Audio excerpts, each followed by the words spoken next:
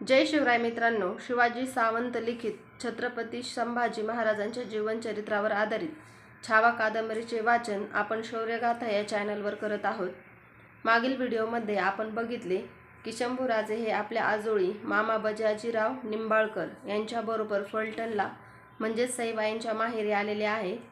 शंभूबाळ आजोळी आल्यानंतर शंभूराजांच्या स्वागताचे वर्णन आपण बघितले। आता यापुढील भाग आपण बघूया। आपल्या गोंधल्या हाताची वळी करून ती उशीसारखी डोक्याखाली घेतलेल्या धाराऊचा श्वास लयच सुरू झाला। पण मंचकावरचे बाळराजे तळमळत होते। जागे पालटामुळे त्यांना झोप येत नव्हती। ते सारखे कूस पालटत होते। त्यांच्या अंगावरची शाल केव्हाच बाजूला पडली होती। एकच एक विचाराचा बळजोर स्वार त्यांच्या मनाच्या तट्टावर मान ठोकून बसला होता। चारी बाजूंनी तो कायदे आखडीत होता। लढणारी ओढ असह्य होत होती। कशा दिसत होत्या आमच्या मासाहेब? त्या एका सवालाच्या कैक घोडे टापा होऊन दौडू लागल्या। कशा दिसत होत्या आऊसाहेब? का आठवत नाही त्यांचा चेहरा? पाण्याबाहेरच्या बाळमाशांसारखे शंभूबाळ तळमळू लागले।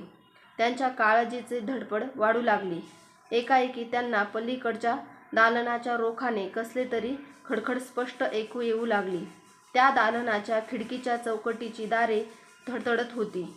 बाणगंगा नदीच्या रोखाने दौडत आलेला वारेझोत सुकार घुमवीत निंबाळकरांच्या वाड्यात बेरोख घुसला होता। तो सुकार आणि त्याला धरून उठविणारी दारांची धडधड पडल्या ऐकताना बाळराजांच्या डोळ्यासमोर एकामागोमाग एक स्त्रीमुद्रा गरगरत फिरू लागल्या। जिजाऊ, पुतळाबाई, सोयराबाई, काशीबाई, बजाजींच्या कबिल्यातील मामीसाहेब। पण त्या साऱ्या मुद्रा सोनपुतळ वानात उजळून निघालेल्या होत्या। त्यांच्या तेजाने बाळराजे दिपून जात होते। आडोसा आसरा घ्यायला त्यांना सावळे पण पाहिजे होते। मिटल्या डोळ्यांच्या हाताशी ते येत नव्हते। म्हणून बाळराजांनी डोळे उघडले। सगळा महल पिवळ्या धमक प्रकाशाने भरून गेला होता। बाळराजांनी पुन्हा डोळे मिटले। त्यांच्या अंगचा जामा घामाने पुरता डबडबला होता। पलीकडच्या दालनातून वाढलेली धडधड आणि सुंकार येतच होते। घायाळ झालेले शंभूबाळ तळमळत होते। त्यांच्या अंगाखालची बिछायत सुरकुतली होती। आऊसाहेब अशी मोठ्याने कंठ फोडून साद घालावी असे त्यांना वाटत होते। डोळे मिटून पालथे पडलेल्या त्यांच्या छातीखाली सापडलेल्या भवानीच्या माळेतील कवड्यांचे श्वाससुद्धा घुसमटत होते। कोंडी दाटली होती। एकाएकी पाठीवर पडलेल्या हाताच्या स्पर्शाने ते केवढे तरी दचकले आणि खाडकन मंचकावर उठून बसले। ती धाराऊ होती। मूळची गौरवर्णी असली तरी हात, कपाळ, गळा गोंधलेला असल्यामुळे ती सावळीच दिसत होती। तिला समोर पाहताच शंभूबाळ थरथरत बोलून गेले, धाराऊ आऊसाहेब।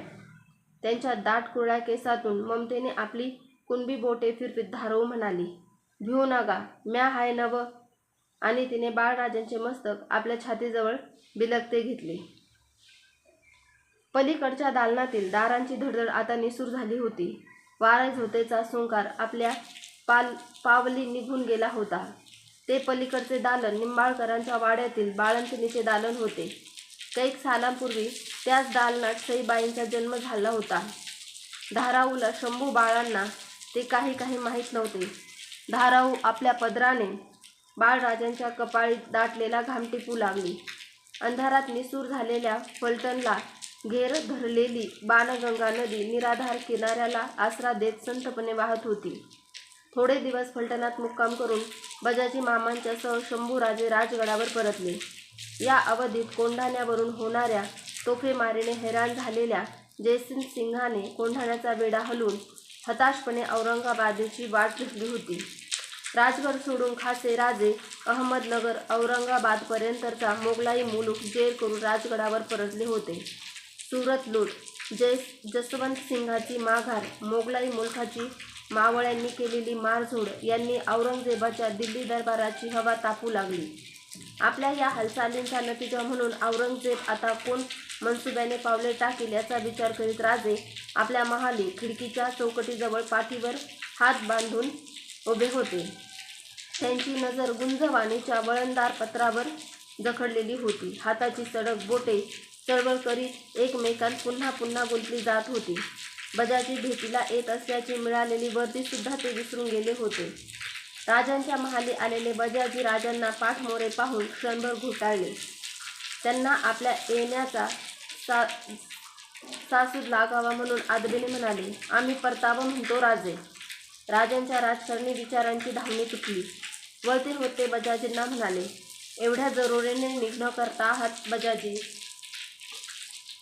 जायला पाहिजे राजे. मृग तोंडावर आहे. जाण्यापूर्वी एक बाब कानावर घालावे म्हणून तसदी दिली. तसदी कसली? बोला. राजे शांतपणे चालत बजाजींच्या जवळ आले. थोरले महाराज गेले म्हणजे क्षणभर बजाजी शहाजी राजांच्या आठवणीने गप्प झाले. होणारं चुकत नाही राजे. माणसाच्या हयातीचं माणसाच्या हातात कधीच राहत नाही. बाळराजांना फलटणात समोर बघताना आम्हाला कैक वेळा महाराजांची याद आली आणि एक गोष्ट मनाला भिडून गेली. आता बाळराजांचे हात पिवळे करायला पाहिजेत. घरात मार्तिक घडलं असता 1 वर्षाच्या आतच ते व्हायला पाहिजे. नाहीतर शास्त्राप्रमाणे 3 वर्ष काही शुभ कार्याला हात नाही घालता यायचा. बजाजींचे बोल ऐकताना राजांचे मन खोलवर तळबटातून घुसळून उठले. ते बजाजी बोलत नव्हते. सईबाईंच्या वरचा त्यांचा प्रेमा बोलत होता. राजांनी पडत्या काळात दिलेल्या थोर मनाच्या आधाराची जाण बोलत होती. राजे क्षणभर बजाजींच्याकडे नुसते बघतच राहिले. शंभू बाळांचा विवाह ही नुसती कल्पना ऐकतानाही त्यांच्या राजकारणी देहातील आबासाहेब मोहरून उठले होते. क्षणभर राजे औरंगजेब, त्याचे डाव, त्यावरचे प्रतिडाव हे सारे विसरूनच गेले. त्यांच्या शिवत सतेज डोळ्यांसमोर मुंडावळ्या बांधलेल्या शंभू बाळाची मूर्ती उभी ठाकली. शांतपणे हसत राजे बजाजींना म्हणाले, बरी बात काढलीत बजाजी. या निमित्तानं तरी आमच्या मासाहेब दुःख थोडं हलकं होईल. गड उतरण्यापूर्वी तुम्हीच ही गोष्ट जातीनिशी त्यांच्या कानावर घाला.